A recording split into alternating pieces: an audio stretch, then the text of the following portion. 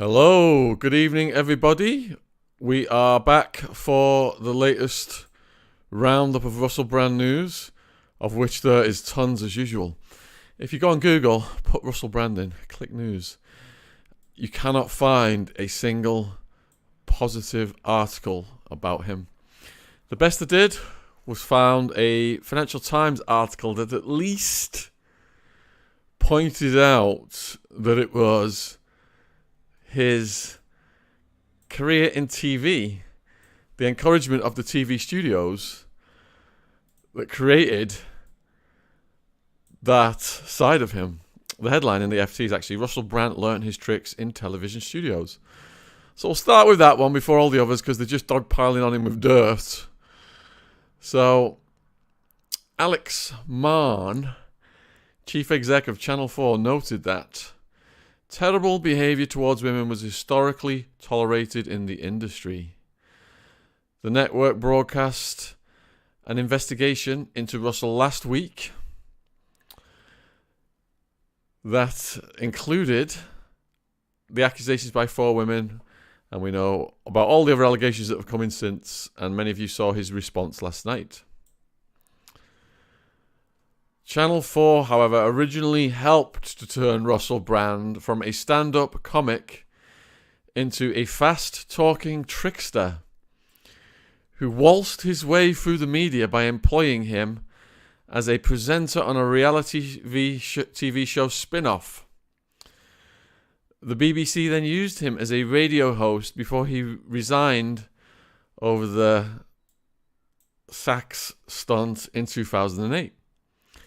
At the least, broadcasting empowered him to become, as he puts it, very, very promiscuous. Although hands are being wrung, Mann is right. Many industries used to tolerate abuse of women and even encourage it as a hazing ritual. I mean, just look at the Benny Hill. Many men took advantage of that to push their sexual look, but television in the UK and many other places enabled it in a particular manner. Tim Davie, BBC Director General, compared TV to other high adrenaline environments, such as operating theatres and investment bank trading floors. When teams led by stars work under pressure and against the clock, it can be used to excuse abuse. A boss surrounded by acolytes is a dangerous combination.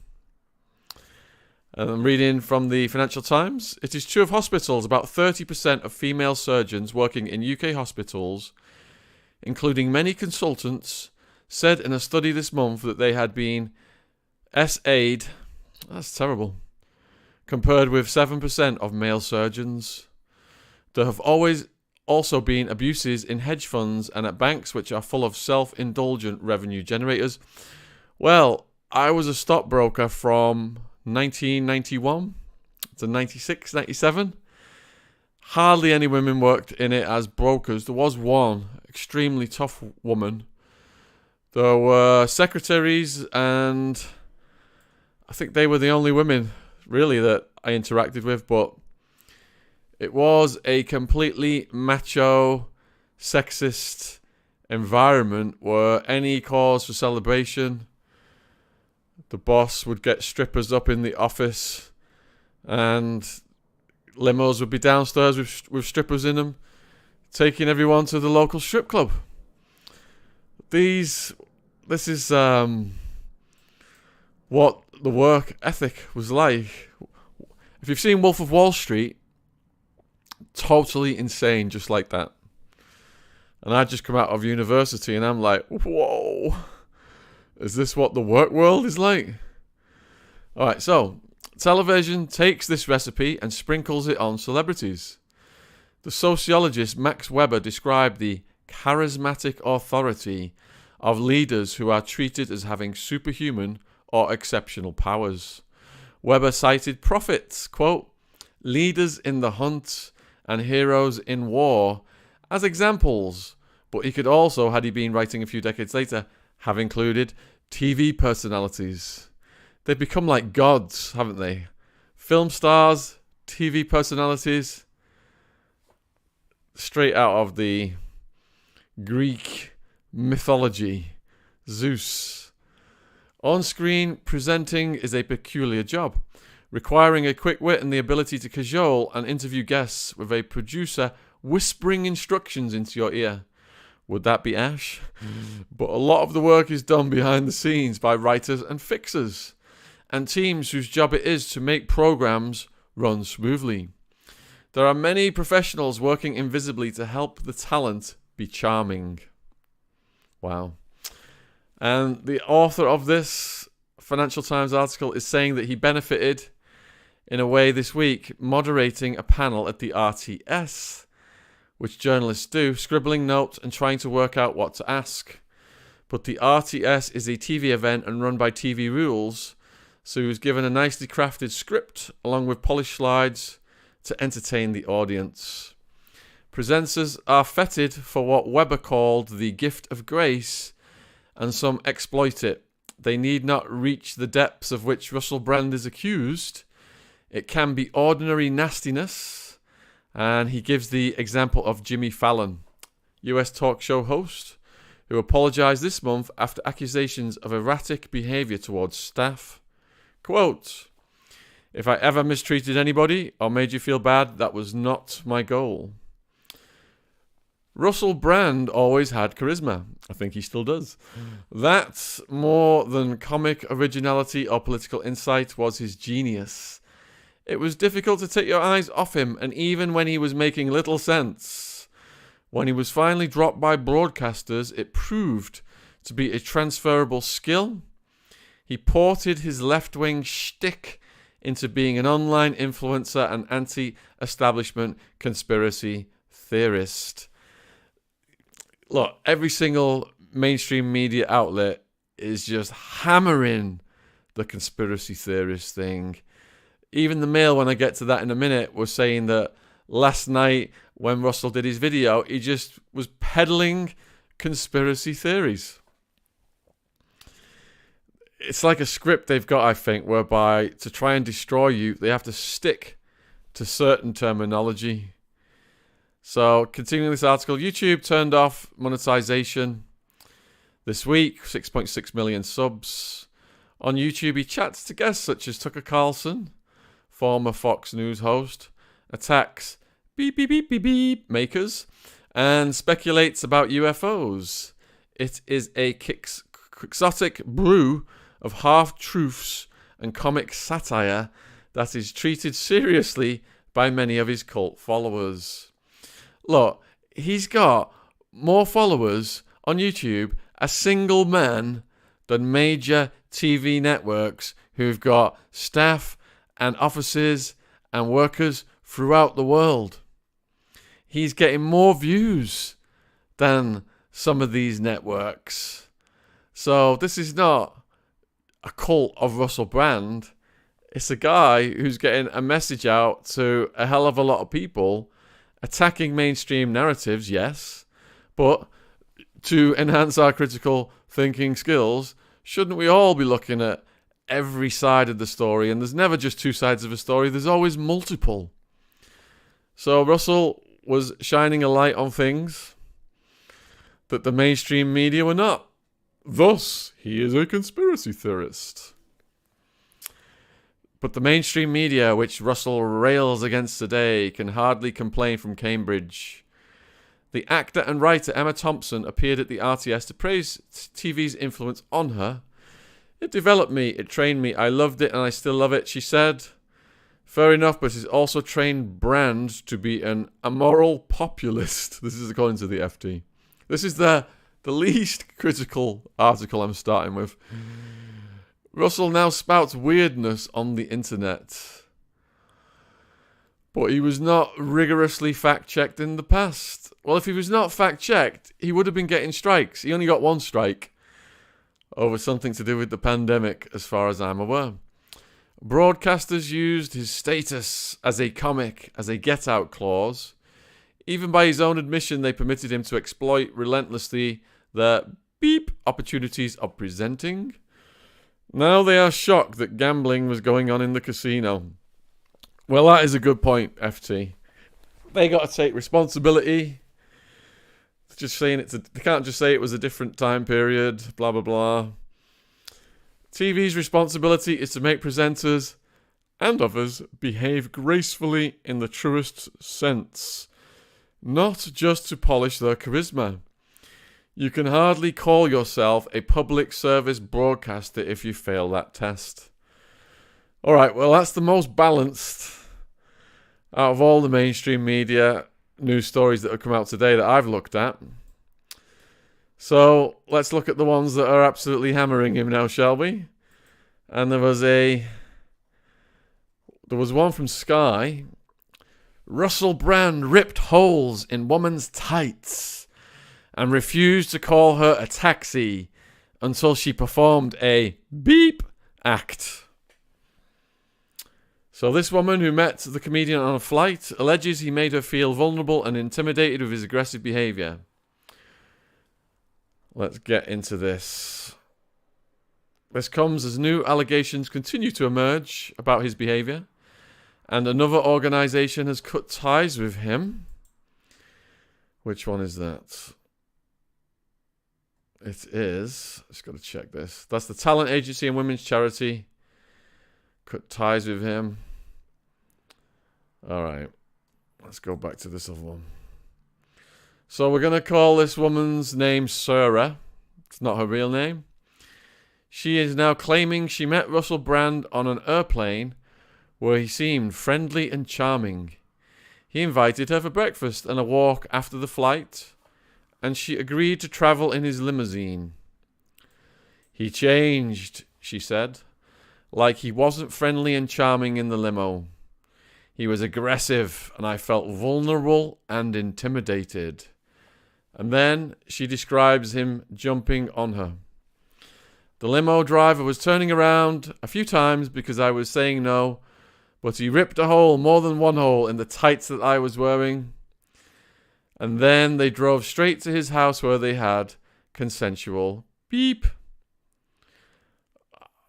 I'm not comprehending this. So if he turned nasty in the limo and ripped a hole in her clothes, why didn't she, when they got to the house, you would have gone elsewhere, wouldn't you? You wouldn't have gone in the house. I mean, it was consensual. I didn't say no, but I feel like there's a fine line between being forced and being coerced. You know, like being in a situation where the only way out is just to get it over and done with and leave. Well, this certainly doesn't go into criminality. If he was mean to her in the limo, that's disrespectful. She's got a point, but she should have got her ass out of that limo and got off somewhere else if it had turned sour at that point. She claims that Brand then refused to call her a taxi until she performed beep on him.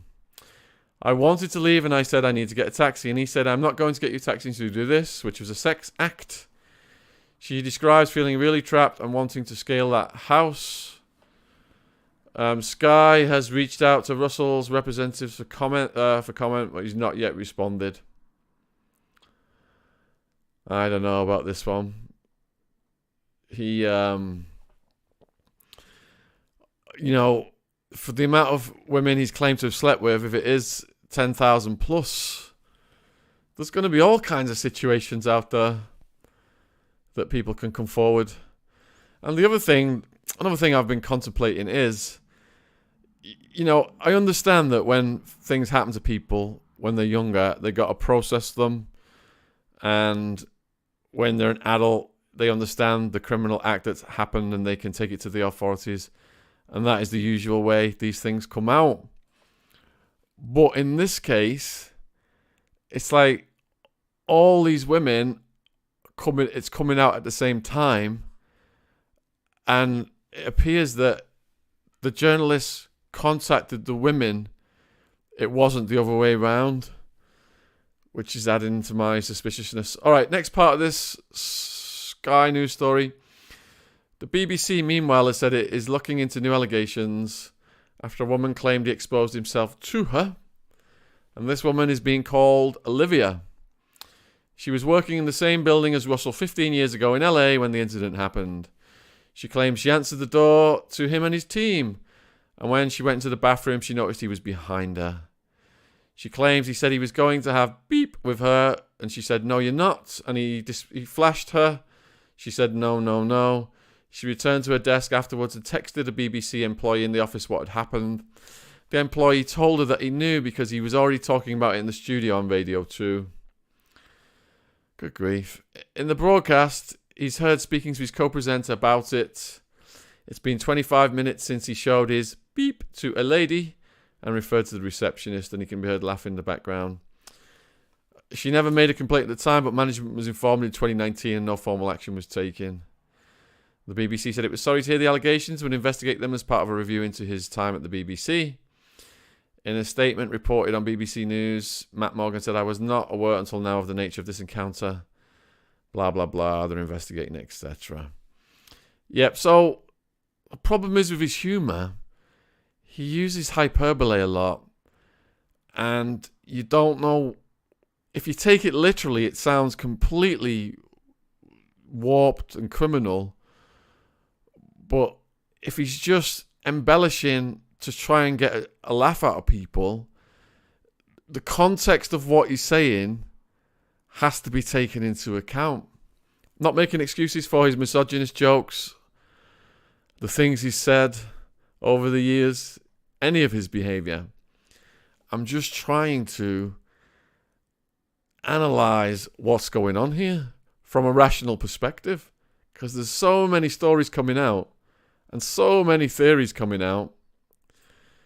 I mean, yesterday we had Matthew Steeples on earlier in the day, who does not like Russell Brand and went against him on many things, which I didn't agree with, but everyone's entitled to their opinion.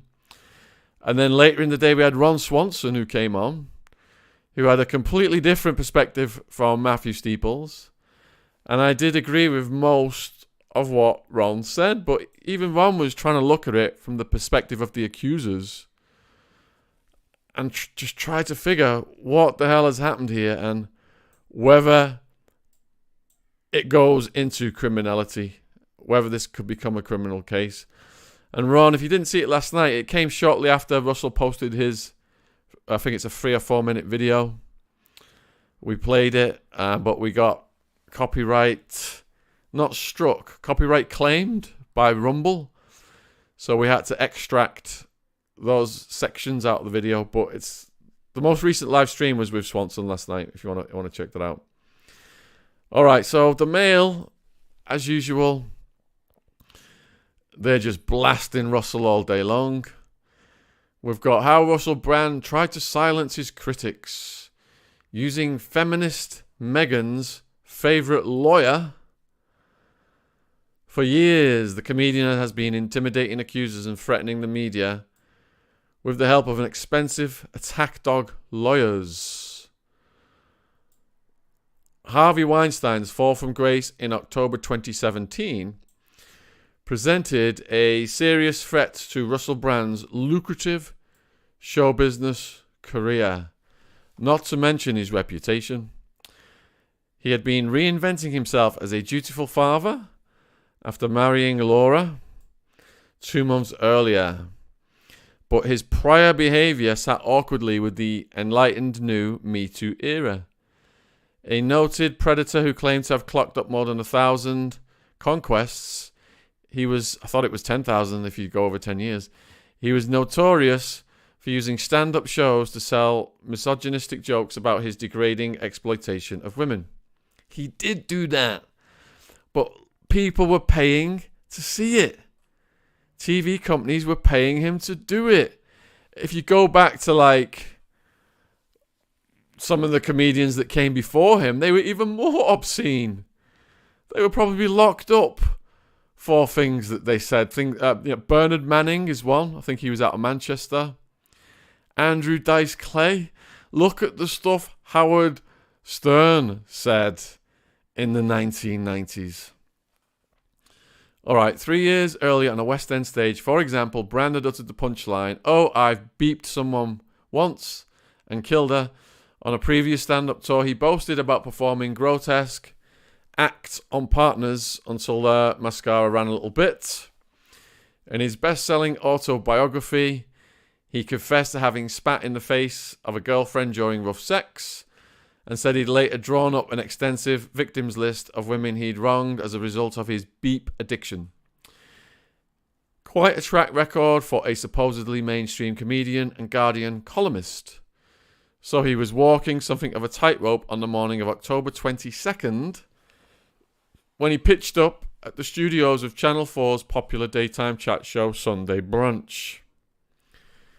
By the time he'd walked out a few hours later, he was facing a minor PR crisis. To blame was an at best questionable, and at worst deeply tasteless joke he'd cracked on the supposedly middlebrow program during a discussion about Strictly Come Dancing. One Sunday Brunch co-host, celebrity chef Simon Rimmer, was competing in the BBC show. Brand asked the other co-host, Tim Lovejoy, whether he'd attended any live recordings. "You're around there every week, aren't you, Lovejoy?" joked Brand. "What's your motivation on a Saturday at Elstree? Lurking around the dancers. I better come. Gotta support Simon. Stick around. Eventually someone will be drunk enough." His gag hinged on the idea that celebrities routinely target inebriated women to take advantage of. A good number of viewers found that poor form. Russell Brand makes me ill. Another disgusting male making beep jokes. One wrote on Twitter, "Given the current climate, a very poor comment from Russell Brand," said a second.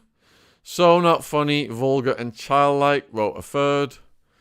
So complaints about the joke went viral under the hashtag #MeToo. At this point, the Metro newspaper decided to cover the controversy on its website with an article headline, "Russell Brand makes inappropriate sexual assault joke on live TV."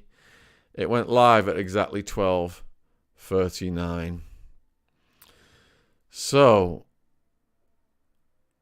it is really inappropriate, but he was getting paid to say these things. So at that point, Brand had two sensible options. He could take the heat out of the controversy by issuing an apology, or he could keep his head down and hope that what was, in the great scheme of things, a relatively minor row that would die down of its own accord. But instead, he decided to go down a third route, one that has been followed by egotistical rich people since time immemorial. He hired a top lawyer to threaten people. His chosen attack dog in this endeavour was one of the most high-profile defamation specialists of our times, Jenny Afia, a partner at Schillings, the combative law firm whose clients have ranged from Roman Abramovich and Elton John to the family of Captain Tom Moore. Afia is perhaps best known for her work on behalf of the noted feminist Meghan Markle. She featured as an interviewee in both Prince Harry's recent Netflix doc and 2021's BBC show, The Princess and the Press, in which she told host Amal Rajan that allegations suggesting the Duchess was a difficult or demanding boss were just not true, and that the term bullying should in no circumstances be applied to her royal client's behaviour. Representing Russell Brand, Afia proved to be similarly strident. At exactly 4:42 p.m. on October 22nd, just 3 hours after the Metro article had been published, she fired a hostile email to the newspaper subject, "Urgent." Believe me, I've had a few of them. The article alleges that our client joked about and made light of beep assault. Afia wrote, "This is untrue. Of course, some viewers may not find the joke funny, comedy being a subjective experience, but it is significantly inaccurate and highly defamatory to claim that the subject matter was about SA. The letter finished by demanding that the article be urgently taken down, adding that Russell required the newspaper to agree not to repeat the allegation that he'd cracked the off-colour joke and reimburse his legal costs. It finished, "Our client reserves his position in relation to damages pending your response." Well, this woman must be busy right now if she's still his lawyer. One of them. Like most legal threats, it was immediately reviewed by lawyers for the newspaper, a sister publication of the Daily Mail. They concluded that the article accurately reported something Brand had said on TV, along with the response of viewers. His complaint was therefore spurious, and Afia's letter did not merit a response. The article remains on Metro's website to this day. Other less robust newspapers may not have been so dismissive, however.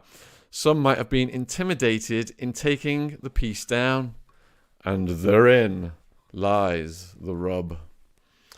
For while this example may seem relatively frivolous, the modus operandi at its heart is anything but. Russell Brand's litigious response to legitimate scrutiny helps explain how the self-confessed beep beep was able, at last Saturday's Dispatches documentary put it, to hide in plain sight. Put simply, Russell over the years used an array of highly paid lawyers, not only to silence women who complained about his conduct, but also to intimidate and in some cases prevent news organizations from bringing his alleged misdeeds to light. Well, I'm curious if there's ever been, over those many, many years, any complaint to the police anywhere. That would give more weight to articles like this. And if that had happened, wouldn't it have been unearthed by now? This is not, it must be stressed, to criticise the lawyers themselves. They act on the instructions of a client in what they believe to be his or her best interests. So while Afia's work for Brand may, with the benefit of hindsight, now invite scrutiny, it isn't necessarily at odds with her firm's stated mission to be ethical and principled. Indeed, in a development that will doubtless come as a relief to Meghan Markle and other clients, I gather that neither she nor Skillings are now representing Russell. Instead, he has in recent weeks been represented by a former colleague of Afia named Mark Thompson. Well, Mark Thompson's got his hands full, hasn't he? Whose firm Thompson Heath represents senior political figures, along with footsie companies and their execs, royal families, governments and celebrities, and has acted for singers Lily Allen and Kate Bush and Olivia Colman. So that's who's representing Russell right now. His use of aggressive lawyers featured heavily in last week's Dispatches documentary, which told how one alleged victim, Alice, contacted his literary agents Tavistock Wood in 2020 to make a complaint. This is the 16-year-old. And then, in response, she received a robust email from an as-yet unnamed law firm stating, "You have made contact on 3 occasions, and I suspect that you are trying to obtain money. That would be a most serious matter if it were the case. Please note that the allegations you made over the phone are all vehemently denied and all rights reserved." So Alice said his lawyer emailed me, was very aggressive, said very clearly that I was after money, implied that it was almost blackmail what I was doing. I pointed out that I've never mentioned money, I've never asked for money, you're the only person that's ever asked for money. That was how that communication ended. And I know many people have wondered whether the original 4 women who've made accusations were paid by Channel 4 or the Times. And according to Matthew Steeples, this is one thing that's in Steeples' favour with this, he said that he has confirmed through contacts he has that none of them were paid. And it does seem from this article that Alice certainly wasn't paid. Right.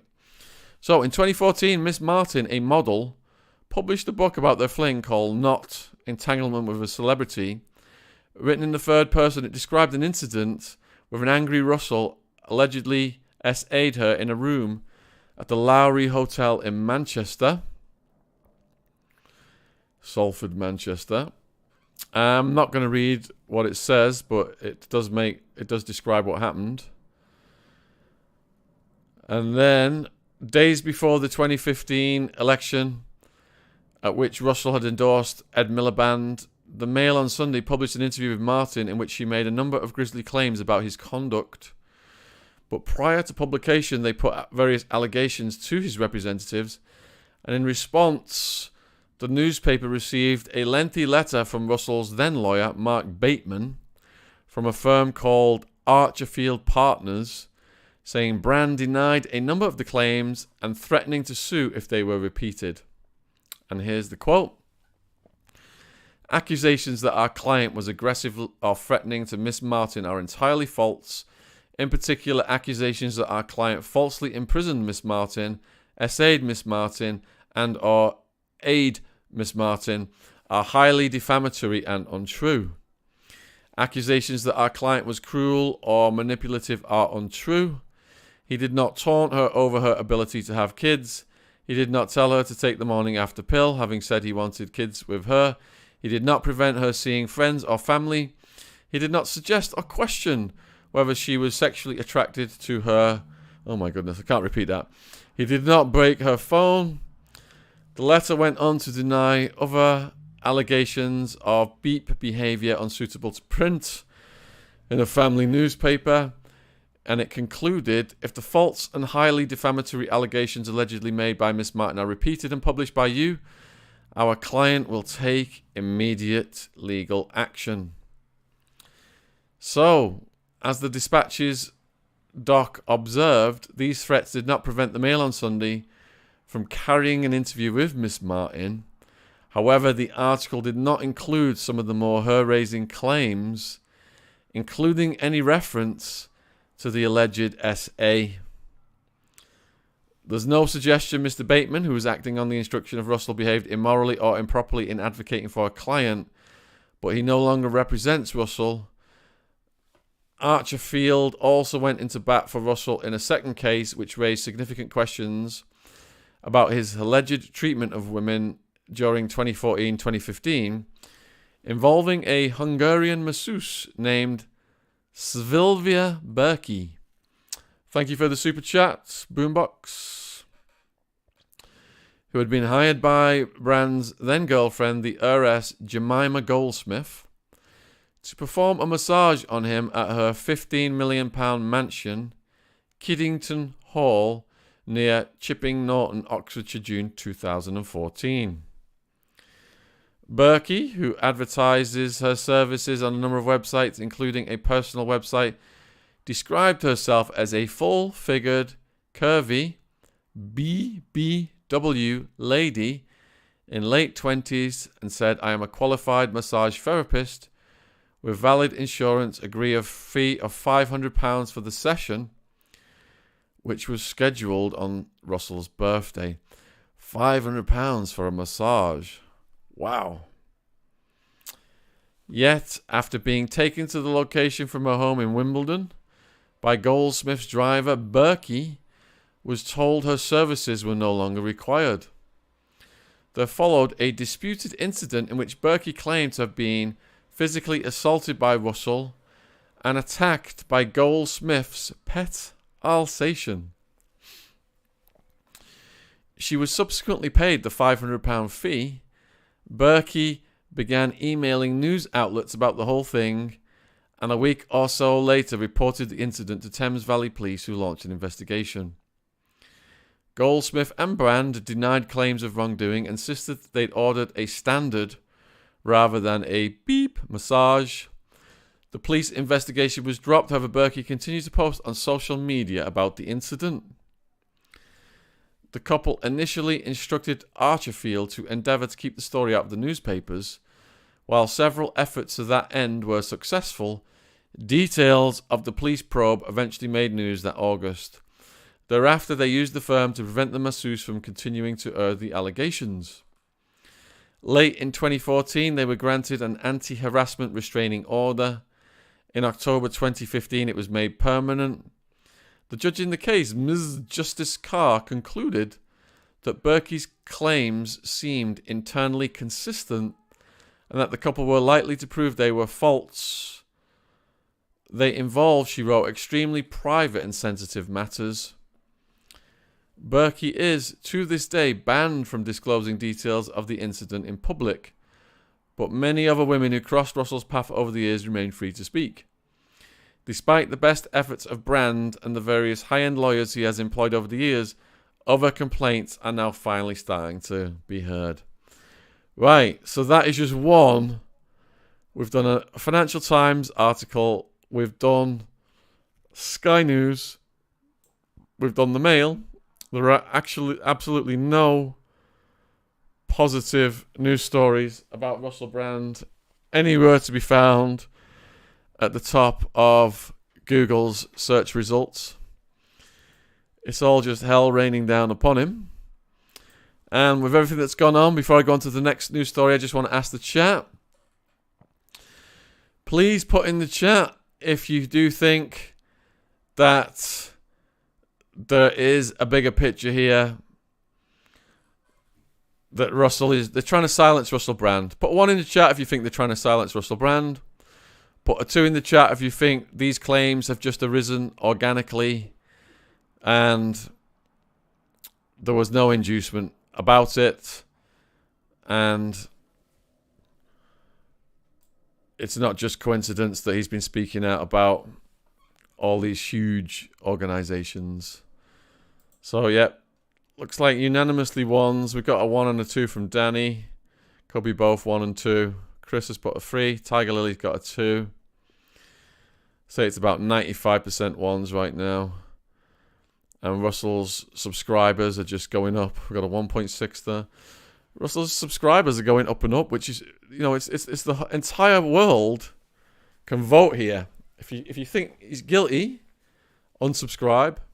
If you think he's not, and there's some kind of setup, subscribe. And it's rising every day. Yep, the story is probably a distraction from other things. All right, so let's see. We're going to go over to now another story that's just come out. And that one is, well, we've already covered his video from last night. And the Mail's reporting it. He's begging his fans to support him on his $60 Rumble channel. Whatever that means. So they're saying that at the end of the video last night, Russell announced he would be returning to his show on Rumble, an online video platform where subscribers pay a minimum $60, £48 fee to watch after adverts on his YouTube channel were suspended. I didn't know people had to pay to watch Rumble. Or are they talking about premium content that Russell... Yeah, I have got a Rumble channel. Definitely got a Rumble channel. I've followed Rumble shows as well. Are any of you guys in the chat paying $60? Oh, I see. Okay. So Russell Brand has a £50... Let's see. Does he have a £50? Where's that comment? You don't have to pay to watch Russell on the Rumble. Russell posts is $60 a year. Okay. So that's premium content. They're not saying in this article that it's premium content. They're saying that they're giving a false impression here. Throughout his rambling speech, he accused the British Gov of demanding that big tech platforms censor his online content and took a swipe at his former employer, the BBC, for its Trust News initiative. We covered that last night in the live with Ron Swanson. We looked at all the different entities that are in the Trust Initiative, another Orwellian titled organization. Over the last week, we've got more claims coming forward to media, more, a couple to the London Met Cops. And in his short video, which went to Instagram, X, Twitter, YouTube, he talked to his Awakening Wonders, saying it's been an extraordinary and distressing week, and I thank you very much for your support and for questioning the information that you have been presented with. And then he goes into the Big Brother thing and everything else. And we did play that video last night in the live. I do not want to repeat the whole thing. All right, so let's go over to the next story then. Just close these ones. Because they're now targeting Rumble, aren't they? Because Russell's directing people to Rumble, they're going to go after Rumble now itself. And we're already seeing several news stories pile on. So here's one from The Independent. Inside Rumble, the YouTube alternative beloved by Russell Brand and the Trumps. The video sharing platform has become a haven for those exiled from mainstream media channels, as the BBC, Channel 4 and Paramount distance themselves from Russell Brand. Is Rumble his port in the storm? Someone sent me a link as well. There's a 60 Minutes Australia are doing an attack on Russell Brand's show today or tomorrow, whatever bloody hell the time is in Australia. So let's look at what The Independent is saying. All is not lost for Russell Brand. Despite the allegations of RSA and emotional abuse made against him, which he vehemently denies, and his subsequent exile from mainstream media, one platform is currently touting its close proximity to the star as a selling point. Join Rumble today. Former Fox News presenter and Rumble bankroller Dan, I don't know how to pronounce it, said earlier this week, Russell is already there. So too are Donald Trump Jr., Andrew Tate, and Alex Jones.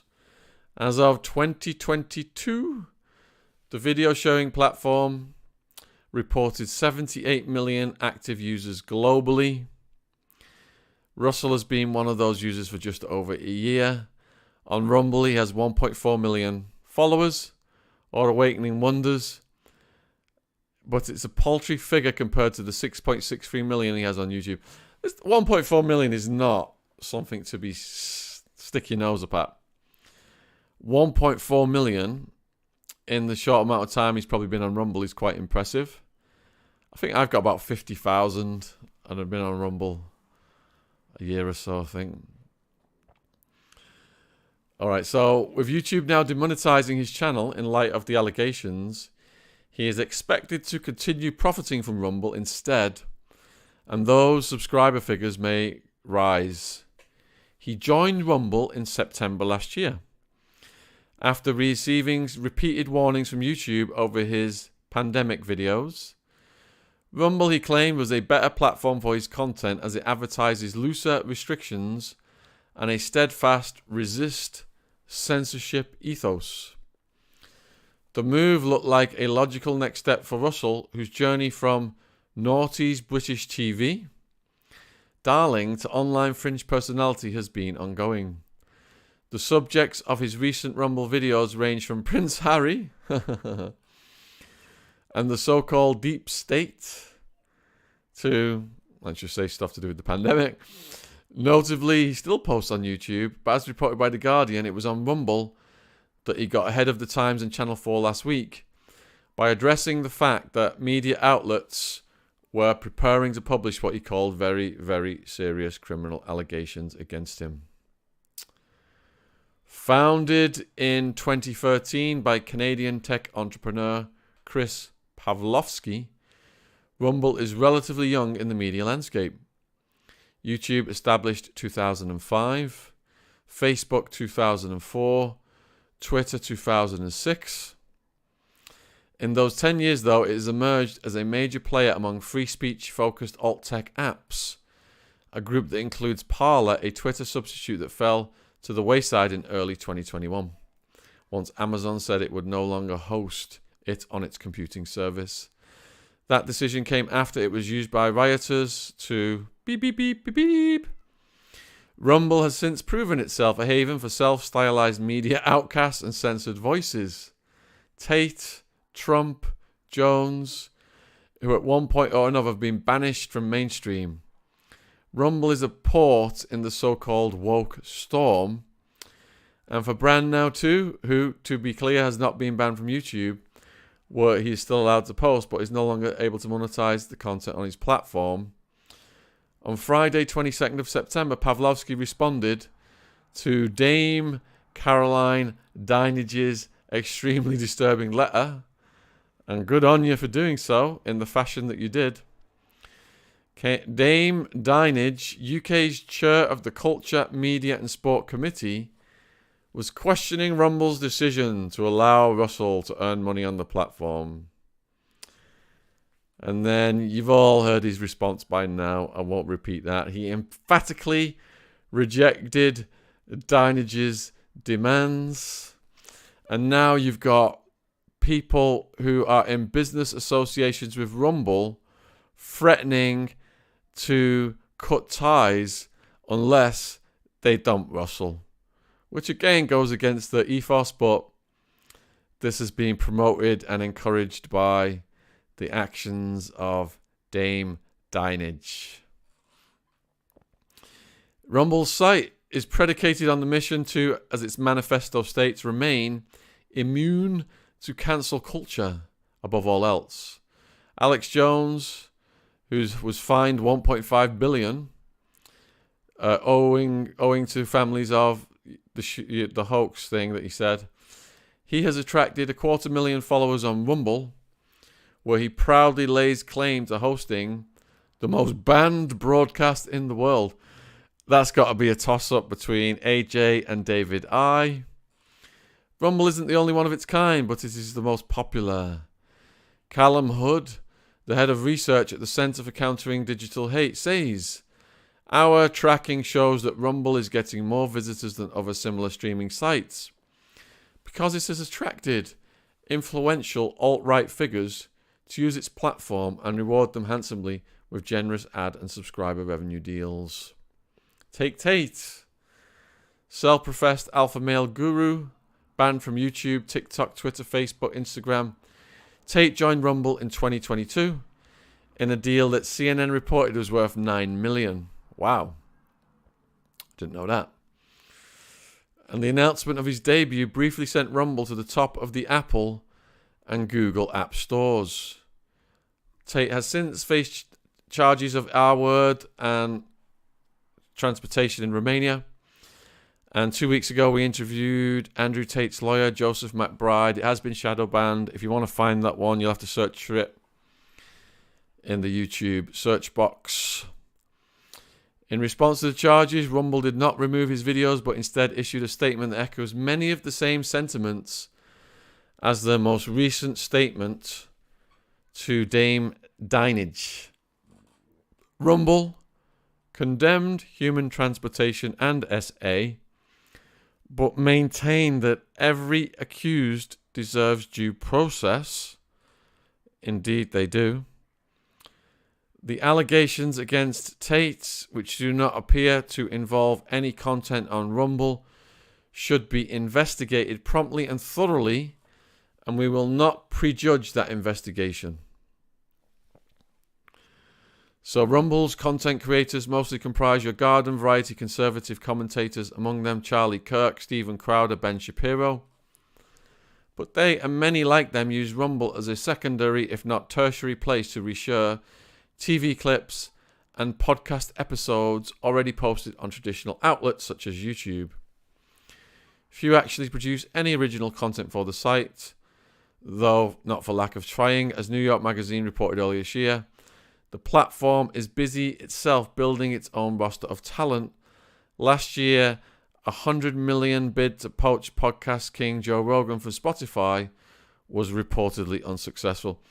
If you look at the value of Rumble, so Rumble shares on Friday closed at $4.86, which is around £4. They were down 7%. I think the storm around Russell Brand has dragged them down a bit. think it was Lord Rothschild who said the best time to buy shares is when blood is running in the streets. But if you look at a 1-year chart of Rumble shares, they've almost been as high as 52-week high, 1364, and they just made a low at 4.86 yesterday. Wow. So, if you do believe in Rumble and you are an investor, Rumble shares might be something to look at because the market capitalization of the whole company is just $1.36 billion. The market capitalization of Alphabet, Google, YouTube is $1.65 trillion. And their shares are up at 130. They closed that yesterday. Yeah. All right, continuing we're having a look at the Independent article. The experience of being on Rumble is intensely conservative. One of the narratives that emerged around this Rumble, the Russell scandal, is that if you defend Russell or say anything in Russell's favor, you are now a right-wing, conservative conspiracy theorist. I've seen that evolve in the last couple of days. So, this article is saying, think about YouTube caught in a right-wing recommendation loop. That's what Rumble is. This wasn't always Pavlovsky's vision.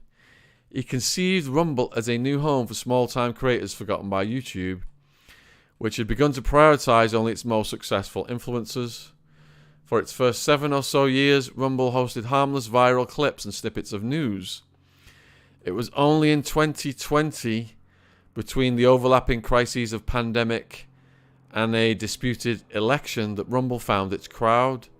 Its popularity soared, with monthly users increasing from 2 million to more than 20 million at the end of that year, according to Forbes.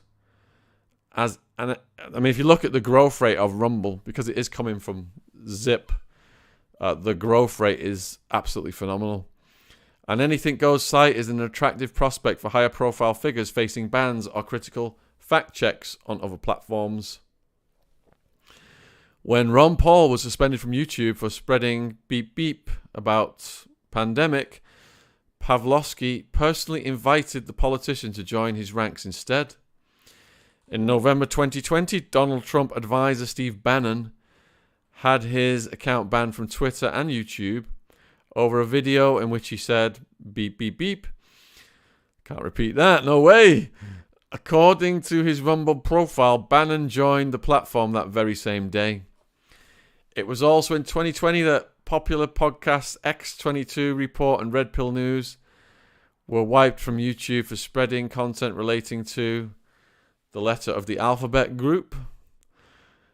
Today, both regularly appear in Rumble's recommendations, and Trump, who now has 2 million followers on Rumble, joined Rumble after he was blocked by other channels. And here's what The Guardian says. Rumble has become a notorious hotbed for misinformation. Despite its claims that it does not promote misinformation or conspiracies, it simply has a free speech approach to regulation. A 2021 report by Wired found that if you searched, I'm not going to say the word, on the platform, you were 3 times more likely to be recommended videos containing misinformation than accurate information. Ditto for election. Documentaries that would likely be taken down on other websites receive prime placement on Rumble, such as The Deep Rig and Died Suddenly. Films that spout unsubstantiated claims of beep, beep, beep, beep, beep, beep, beep, beep, beep. Rumble did not respond to the Independent's request for comment, but a spokesperson for the platform previously told Wired, Rumble has strict moderation policies banning the incitement of violence, illegal content, racism, etc., etc., etc., copyright, as well as many other restrictions. The Center for Countering Digital Hate says that the way to counter misinfo spread by Rumble is to make sure that all platforms clearly set out their policies, explain to users how they enforce them, and open them all up to public scrutiny. through transparency measures so we can have an informed public conversation about online harm. Otherwise, he says, we get the race to the bottom that we're seeing, and as alternative platforms engage in a bid for an audience interested in seeing hateful and conspiracy content. So the CCDH, Centre for Countering Digital Hate, they're the ones who contacted the BBC after David I went on London Real and lobbied to get him deplatformed and to get that video removed, if I'm remembering it correctly. They put out a multi-page report, and in that multi-page report, they had a list of enablers of David I, they were trying to get cancelled, and London Real was number 1, and I was number 2. Anyway, sometimes people ask why the David I interviews are no longer on YouTube. All my David I interviews are on my Rumble. As of 20th of September, Rumble's most watched list includes an episode of the Dan Bongino Show. Conservative commentator and big-time Rumble bankroller promises to address the latest barrage of lies told by an ambiguous they. Other popular videos include an installment of X22 report Stephen Crowder speaking out against the decision to demonetize Brand. And I won't repeat the rest. Given the overwhelmingly conservative content on Rumble, it comes as little surprise that a Pew Research Center study in December last year found that 75% of users identify as Republican or Republican-leaning. More surprising, though, is the 22% of people regularly getting news from Rumble. How dare they? How dare you exercise your democratic freedom to determine which platforms you get your news from? How dare you go outside the mainstream and go to Rumble to find something that may challenge your way of thinking more so than just absorbing whatever mainstream wants to drip on our heads. Rumble claims to be bipartisan. When it went public, it was worth $3 billion. Oh my goodness. All right, so when Rumble went public, it was worth $3 billion. It's trading at a 2/3 discount to its public price. So if you do believe in Rumble, you can get shares now for $4 some and change, versus they were almost 3 times that when it went public. And shares, when bad news hits companies, it's like if there's a sale at the shops, the prices are slashed, people run in the shops and buy them. But when there's prices are slashed in the stock market, people get afraid and sell. They do the complete opposite psychology.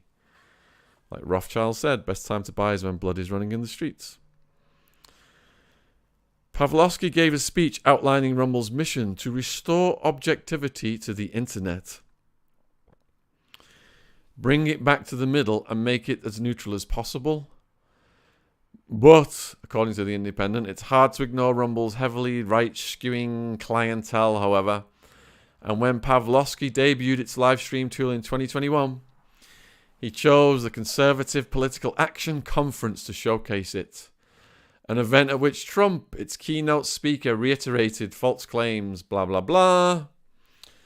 Rumble's financial backers, too, include tech billionaires Peter Thiel and hillbilly elegy author J.D. Vance, who hold conservative views. How dare they? One apparent outlier in the Rumble roster is Glenn Greenwald, investigative journalist resigned from The Intercept, a left-wing news site he co-founded in 2020, accusing editors of trying to censor a column he wrote pertaining to materials retrieved from a certain laptop. Beep, beep, beep, beep, beep. A year later, Washington Post reported that Greenwald took a year-long contract with Rumble in the mid-range 6 figures. Speaking to Rolling Stone, Greenwald said he is unbothered by the fact he sits in Rumble's most watched list alongside BBBBB. To me, that's guilt by association, he told the publication. You're on Twitter, you're on a platform with Trump Jr. and people are pushing all sorts of things. Political affiliations aside, Greenwald regarded Trump as a bastion of free speech in contrast to the expanding censorship on the internet. Greenwald did admit that he would like to see more diverse voices on the platform and claimed that Rumble was in the process of securing some pretty big, very well organised left-wing voices to balance their roster. That may be the case, but there is no denying its political edge. And people such as Russell Brand find themselves with nowhere else to go. Rumble is waiting for them and their millions of followers with open arms. Right, so got one article left. This is The Guardian today. Firms pull ads from Rumble platform over Russell Brand's videos. Burger King, Azos, and HelloFresh remove ads from the site in wake of allegations. Large companies are pulling their advertisements from the video platform where Russell has his weekly show. Well, I imagine Russell's weekly show is going to be one of the most watched he's ever done in light of the video he put out last night. And some sponsors must be gagging to hitch onto that. The News Movement reported on Friday that Burger King, Azos, The Barbican, and HelloFresh, the recipe box delivery service, had removed their ads. Wow. Friday, Brand said the moves to block him from receiving ad revenue for his videos on social media platforms have occurred in the context of the online safety bill. And Rumble rejected Dynage's letter. Oh, thank you. It does all stink to hell. Thanks for the super chat. So, what's Burger King saying here? Burger King told News Movement it has paused all advertising while investigations into the allegations were ongoing. Azos said it has manually removed its ads from Rumble. Barbican said it had asked its media agency to exclude the site from where its ads appear. Times estimates Brand earns $27,000 a month from his Rumble channel and $1 million a year from YouTube before ads were suspended. And we've seen his literary agent, tour promoter, and book publisher drop him. But according to Rumble's website, it is immune to cancel culture. So it's not going to succumb to these companies pulling their ads. We will find out. 3/4 of those who get news from Rumble identify as Republicans. Here we go again. We're seeing over and over again the political, making this political. Saying that if you support Rumble, if you support Russell, you are identifying as a Republican or leaning to the right, leaning to fascism. How dare you have an opinion and have views? It's obscene. All right, still got 2,000 in the chat. Huge thank you for everyone that's joined us for the latest Russell Brand news. If you've got any quick questions you want to put in now, I can see the chat. Put them in now. I will no doubt be back tomorrow doing some news updates on the Russell situation. 8 p.m. tomorrow is our next true crime podcast. It is a female coke kingpin out of Slough who's doing really good work. If you saw the interview we did with Dwayne out of Slough the other week, then they are husband and wife. And they do talks in prisons, but they have been through a hell of a ride throughout their lives. It's a hell of a story. Yes, fascists confirmed, indeed. How are Jen and the little one doing? He's burping. I have to bounce him and get all the wind out after he has his bottles. He's insatiable. Our nickname for him is Milk Monster. What age did I start shaving my head? I think that was around when the rave scene began in the UK. I think I was around university age, around 20. Yeah. I support Brand, but don't agree sometimes. But hey, he's got a right to talk. Everyone's got a right for freedom of speech. You know, I've got so many letters of complaint from people about what Matthew Steeples said about Russell yesterday. But Matthew Steeples has a right to speak. And the other thing is, we can't just all talk from the same hymn sheet. And especially when it comes to exploring such issues that have divided the nation as Russell. Because if we don't explore it from every angle and have different viewpoints on it, then our coverage is unbalanced. and we'll have problems. We'll get attacked for being unbalanced. Yeah. Ash indeed has got our panel coming on Wednesday. We did 2 Russell Brand panels on previous Wednesday on Unleashed. Ash has got another panel, and I think it's mostly females coming on. And from what I've seen, some of them think that Russell Brand is guilty. So, did I go to Bowlers in Trafford Park in the 1990s? I wasn't here in the 1990s. I was in Arizona from 91, and I didn't come back till December 97. That was when we set up this YouTube channel, when I came back from Arizona. Sean, who do you think will bring a prosecution case first, London or America? I think London, with Dame Caroline Dinenage getting involved. It seems that London is now the political epicenter of this case. They've put him in, they've made this now. They've fed into the suspicions we had that something bigger was going on. They've confirmed it by reaching out to all these media platforms. And of Cleavers, Russell hasn't been silent, Sean. He could still make videos here on YouTube. Absolutely. He chose not to post for last week. He was doing videos nearly every day. But he only came out last night and did one. And Ron Swanson in last night's live. Ron Swanson thinks that was Russell's swan song last night as far as YouTube is concerned. I'm not so sure. Because he has so many followers here, he can still say things that are within community guidelines. And I hope that he does. Yeah. But he's funneling all the virality over to Rumble right now. And I don't blame him. Let's see. Why are so many people coming to the defense of Russell Brand, but with Weinstein and Epstein had none? I think, my Shelley, if you look at the life of Jeffrey, his monstrous activities that went on for decades with numerous high-profile names, and the extent of what happened. We've interviewed survivors of him. Maria Farmer, very close with Maria Farmer. God bless Annie Farmer. God bless Virginia for being brave to speak out. I think Russell Brand's behaviour, it wasn't behind closed doors like with Epstein and all these elites. It was in your face. And I don't foresee this becoming a criminal case like the criminal case with Jeffrey. And with the Jeffrey case, he got a pass. On the first case, he got a pass from the top echelons of the US government.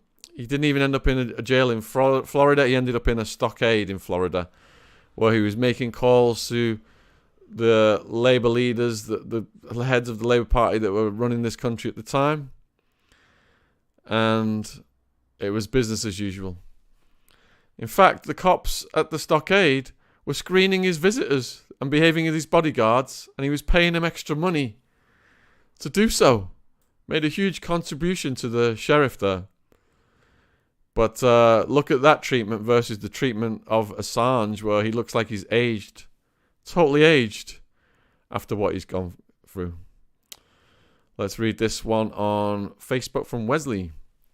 Because he spoke out about the establishment and the elites and speaks his mind, this is usually the consequence. Look at Tate. Trump's getting the same treatment with these clowns pulling up from decades ago. It's pathetic, mate. All the fake news outlets enforce against people like them. And it's all ridiculous. All right, if you agree with Wesley, put a 1 in the chat. If you think Wesley's wrong, put a 2 in the chat. If you interviewed the victims of Brand, would you change your opinion on Brand? We are the channel that's interviewed probably the most people who've survived these monsters. And we have a mission to get their stories out there. What I'm urging is that these accusers take this to a court of law and have the testimonies and have the evidence examined. And then Russell be allowed to present his side of the story and have that equally examined. And if there's a fair trial, then we want a fair result to come out. And then, my perspective would change. Because none of us know what really happened, except for the 2 people in the room on that day. But it has to be scrutinised through court. It can't be scrutinised through the media. I don't know whether he's innocent or guilty. My whole thing, and this is what I've said from the get-go, is just that I've followed Russell over the years. I've been to his shows. I've read his books. I love what he says about addiction and mental health and how the prisons shouldn't be full of addicts and people who are mentally ill, and the government should refer that over to counselling and mental health teams to empty the prison system, but they don't, because they're making tons of money off it through private company contracts. Right, let's see. So we've got about 80%, 90% ones. And the fact that I'm not getting all the flack when I was supporting Assange, like when I was supporting Assange, is also telling me that way more people around the world are leaning towards the viewpoint of the ones. Hey, Sticks and Stones. So my Rumble channel, as are all my social media platforms, are just under my name, Sean Atwood. We've got a couple of channels on TikTok that have got the most followers. I've got a Facebook, I've got a Twitter. And if you're interested in any of my books, written about the Jeffrey case and Savile, things like that, they're available worldwide, all just under my name as well, Sean Atwood. Christopher M. There is no proof they basically kangaroo courted him. Jamie, it is about how Brand treated women and abuse of his position and power in his workplace as well. Totally agree, Jamie.